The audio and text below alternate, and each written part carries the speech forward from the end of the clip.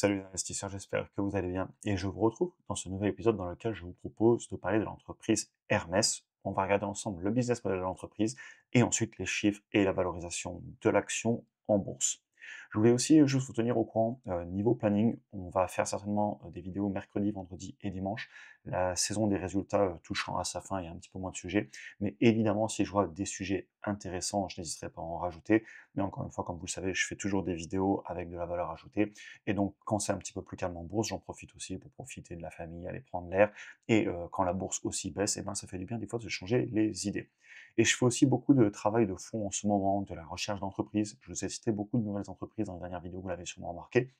Et donc, je fais pas mal de recherches sur ces titres. Et pour les membres du programme, je viens aussi de publier une nouvelle vidéo dans l'espace membre. Évidemment, comme d'habitude, il s'agit en aucun cas de conseil en investissement. Je vous partage ma vision sur une entreprise qu'on découvre ensemble, mais au final, c'est votre argent. Prenez vos propres décisions.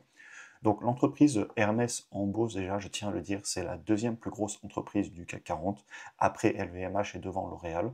Elle pèse un petit peu plus de 283 milliards de capitalisation boursière. Et le titre, même s'il a corrigé récemment d'un petit peu plus de 12%, comme vous le voyez ici, entre le 14 février et le 18 mars 2025, il a sur 5 ans eu une performance phénoménale de plus de 300% d'appréciation du titre.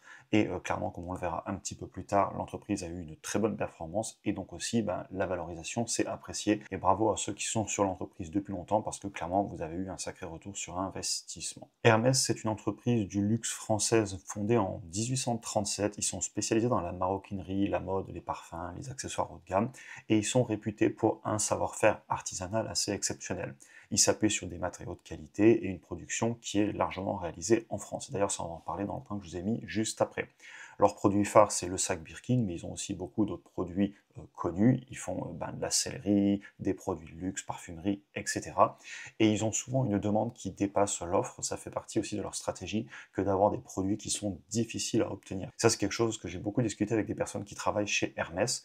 Et sinon, d'un point de vue financier, voilà, ils ont une stratégie de rareté, ils ont un chiffre d'affaires qui est clairement bon et qui s'est fortement apprécié ces dernières années. Vous allez le voir en 2024, on a les résultats qui ont été publiés. Et cette entreprise, je la connais aussi parce que j'ai longuement échangé avec des personnes, particulièrement des maroquiniers qui travaillent chez Hermès et aussi des maroquiniers qui travaillent chez Louis Vuitton, vers où j'ai acheté de l'immobilier. Il y a pas mal d'ateliers de ces deux entreprises.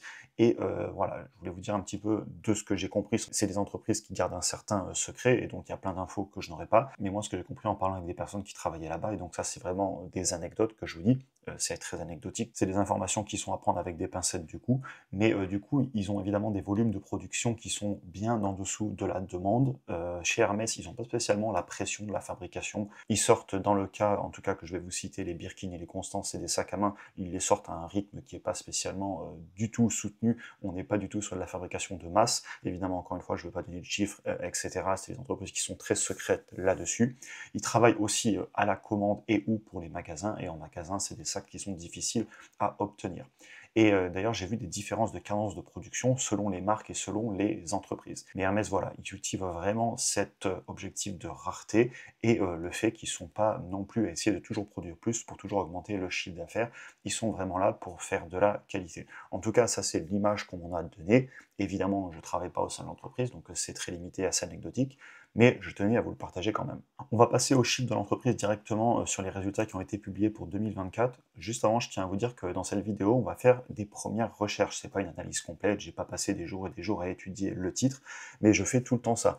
Je regarde d'abord une entreprise dans son ensemble pour juger assez rapidement si elle pourrait m'intéresser, pour ensuite passer beaucoup de temps sur des recherches beaucoup plus approfondies si le dossier m'intéresse. Parce qu'on me présente énormément d'entreprises, on me propose beaucoup de titres, notamment évidemment avec la chaîne YouTube, les DM, les commentaires. Je regarde tout, mais je me dois de juger les entreprises assez rapidement parce que je ne peux pas faire des recherches approfondies sur 100% des titres. Si on va ensemble dans le rapport annuel des résultats pour 2024 qui a été publié ici, comme vous le voyez, le 14 février, on voit donc que l'entreprise a un chiffre d'affaires qui s'élève un petit peu plus de 15 milliards d'euros. Donc déjà, quand on le ramène à la capitalisation boursière qu'on a vu plus tôt, on se doute, et en tout cas on arrive à comprendre que la valorisation va être assez élevée rien qu'avec le prix sur le chiffre d'affaires.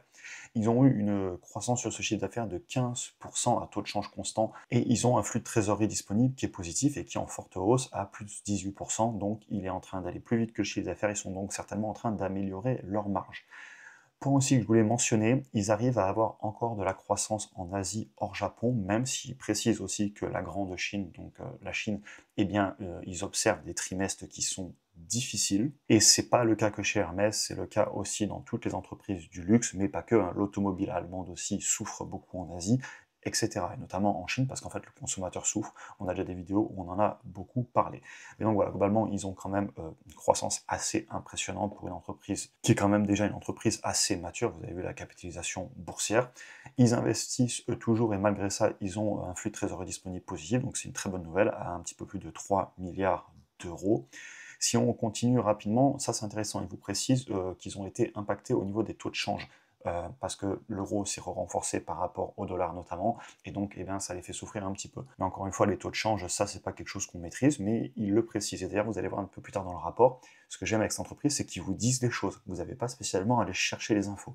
Et c'est très agréable, et c'est souvent aussi une preuve de confiance de la part de l'entreprise. Et ça, on va le voir de suite après. Par exemple, ils vous donnent bien les taux de croissance, ils vous donnent aussi les marges, ils vous les calculent pas toujours selon les entreprises quand ça va mal, mais là, vu que ça va très bien, ben, ils vous les calculent. On voit que la marge nette a un tout petit peu baissé de 32,1% pour 2023 à 30,3% pour 2024. Ça reste quand même très élevé. Et la trésorerie continue de monter. Donc ils sont en train d'avoir plus de cash que l'année d'avant en stock. Et on ira voir un petit peu plus tard par rapport à la dette, est-ce qu'ils arrivent à payer le dividende, etc. évidemment. Si on continue sur les documents publiés pour 2024, on voit donc la trésorerie, comme je vous le disais, qui continue de monter ici dans le bilan. Ils ont aussi augmenté le goodwill. Donc le goodwill, c'est notamment la valeur des marques. Et ça ne me choque pas qu'ils l'augmentent, parce que bien évidemment que Hermès a une vraie valeur, la marque. Mais je tenais à le préciser, ils l'ont bien augmenté entre 2023 et 2024. Vous voyez, à 228 millions d'euros pour la valeur de la marque. Au niveau des dettes court terme et long terme, on voit qu'ils peuvent largement les couvrir avec juste le cash qu'ils ont en stock. Et d'ailleurs, je pense qu'ils pourraient aussi les couvrir très rapidement avec les flux de trésorerie. Donc encore une fois, je ne vais pas vous décrire en détail toutes les lignes de documents. Vous pouvez faire pause pendant la vidéo et les lire aussi. Mais il n'y a rien de inquiétant à dire sur ce document. Au niveau des flux de trésor, vous voyez, comme je vous le disais, qu'ils continuent à investir, et malgré ça, ils ont toujours une capacité d'autofinancement positif, et le cash continue de grandir. Vous voyez qu'il y a 2 ans, ils étaient à un petit peu plus de 9 milliards de cash, aujourd'hui ils sont à plus de 11,6. Donc franchement, très bien géré, rien à dire. Et on va maintenant regarder aussi le document ici. J'apprécie vraiment, vous voyez, qu'ils vous résument tout dans un tableau. Ils ne sont pas en train d'essayer de ne pas montrer les chiffres, de ne pas montrer les marges, etc. C'est quand même une sacrée preuve de confiance d'une entreprise, parce que bien souvent, tout ça, il faut aller le calculer à la main, parce que les entreprises, elles ne s'amusent pas toujours à les calculer pour vous et à vous les donner. Et ça, c'est quelque chose que j'apprécie voir. Maintenant, on va aller voir ensemble pas mal de graphiques qui seront un petit peu plus visuels, et ensuite je vous ferai ma conclusion. Le chiffre d'affaires sur 10 ans en composé, on voit en annuel là, donc à chaque fois la bougie correspond à une année, on voit qu'on est à pas loin de 14% par an de croissance au chiffre d'affaires en composé. C'est rien à dire, c'est très beau. Bref, bravo et félicitations à eux. Je vous fais un peu la vidéo en direct, hein. J'essaie de faire le moins de cuts possible, et puis en plus ça m'arrange parce que ça me fait moins de montage, et ça fait des vidéos où vous me voyez un petit peu découvrir en direct les chiffres. Au niveau des marges, bon, les marges brutes vont être élevées, faut pas du tout s'en étonner, on est sur du luxe, et les marges nettes et les marges sur flux de trésor sont aussi très bonnes, entre 25 et 35% selon les années. Et vous le voyez ici, depuis plus de 10 ans, on est très bien géré, on est plutôt stable, voire en légère tendance de croissance. Vous avez ici les croissances sur les marges en annuel composé sur 10 ans. Donc rien à dire, des belles marges, l'entreprise génère du cash, elle est bénéficiaire très largement, et elle a des très bonnes marges brutes, et donc une très bonne capacité à fixer les prix. Les clients ne négocient pas spécialement le prix, ça se voit. On va continuer au niveau de la market cap, je voulais vous la montrer, je la montre pas souvent, mais là c'est important parce que ça nous amène un petit peu à la conclusion. Regardez l'entreprise en capitalisation boursière entre 2018 et 2024, elle a fait x5 pratiquement sur la capitalisation de l'entreprise. Donc je pense que les ratios se sont fortement appréciés, et ça vous explique aussi pourquoi l'entreprise a eu une telle appréciation comme on le voit ici sur 5 ans en bourse. Mais on ira voir plus tard les valorisations. Je voulais vous montrer un petit peu tout ce qui est cash, dette, dividendes, etc. Donc vous avez ici la bougie en rose, c'est le cash disponible. Il permet de couvrir très largement la dette long terme, et les flux de trésorerie disponibles à 3,47 milliards permettent de couvrir et le dividende et un remboursement de la dette dans le temps, et aussi du rachat d'actions, donc rien à dire, et de toute façon la dette long terme, il serait capable de la payer avec le cash. L'entreprise est extrêmement bien capitalisée. Maintenant, une des questions que je me poserai dans l'analyse, c'est qu'est-ce qu'ils vont faire avec tout ce cash, parce que là, ça continue de monter. Alors le dividende, ils sont clairement en train de l'augmenter chaque année, on ira le voir après, mais je pense qu'il y a une grosse croissance au niveau du dividende. Mais est-ce qu'ils vont investir? Est-ce qu'ils vont faire des acquisitions? Est-ce qu'ils vont monter des nouvelles usines, etc. Je ne sais pas, c'est une question à se poser. Par contre, là, le cash est quand même en train de fortement monter. C'est une bonne chose à voir, mais il va falloir en faire quelque chose de ce cash aussi. Donc ça peut être du retour sur investissement aux investisseurs, mais à mon avis, vu la valorisation du titre, ils vont peut-être pas racheter trop d'actions en ce moment, peut-être payer du dividende, continuer à l'augmenter dans le temps, c'est possible, ou alors investir, ouvrir des nouvelles usines, etc.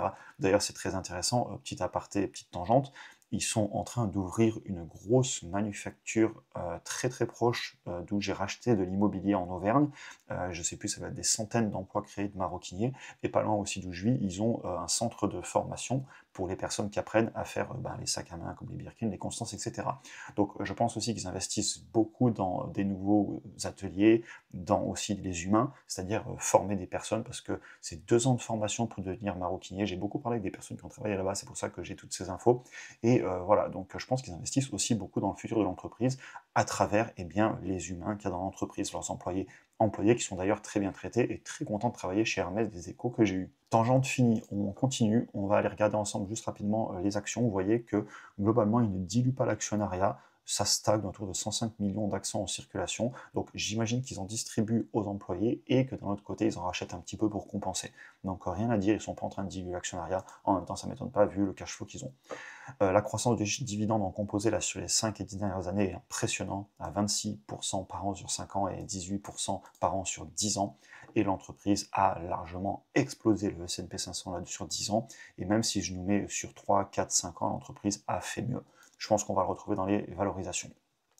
En parlant de valorisation, prix par rapport au chiffre d'affaires, l'entreprise se paye aujourd'hui 16 fois le chiffre d'affaires contre seulement 6 à 7 fois il y a 10 ans. Et là, vous retrouvez ce que je vous disais sur la capitalisation. L'entreprise se paye beaucoup plus cher qu'il y a 10 ans. Et je pense que ça peut en partie se justifier parce qu'on a vraiment de la qualité, ils ont pignon sur rue, ils sont très bien gérés, le cash monte, ils payent du dividende, ils vont attirer des investisseurs qui ont un profil assez mature, qui veulent toucher leurs dividendes, qui veulent une entreprise de qualité. Par contre, si on regarde historiquement, l'entreprise se paye plus cher. Et je pense que ça va être flagrant aussi sur le PER. On a un PER, vous voyez, à plus de 50 suite à la baisse, et même avant la baisse, on était à plus de 60, et historiquement, il y a 10 ans, ça se payait plutôt dans les 30 fois, ce qui est, sur le papier, je pense, peut-être un petit peu plus raisonnable, mais encore une fois, vous le verrez en conclusion, je ne m'amuserai pas à parier contre cette entreprise, clairement, quand je vois ce qui s'est passé historiquement, et la puissance de la marque.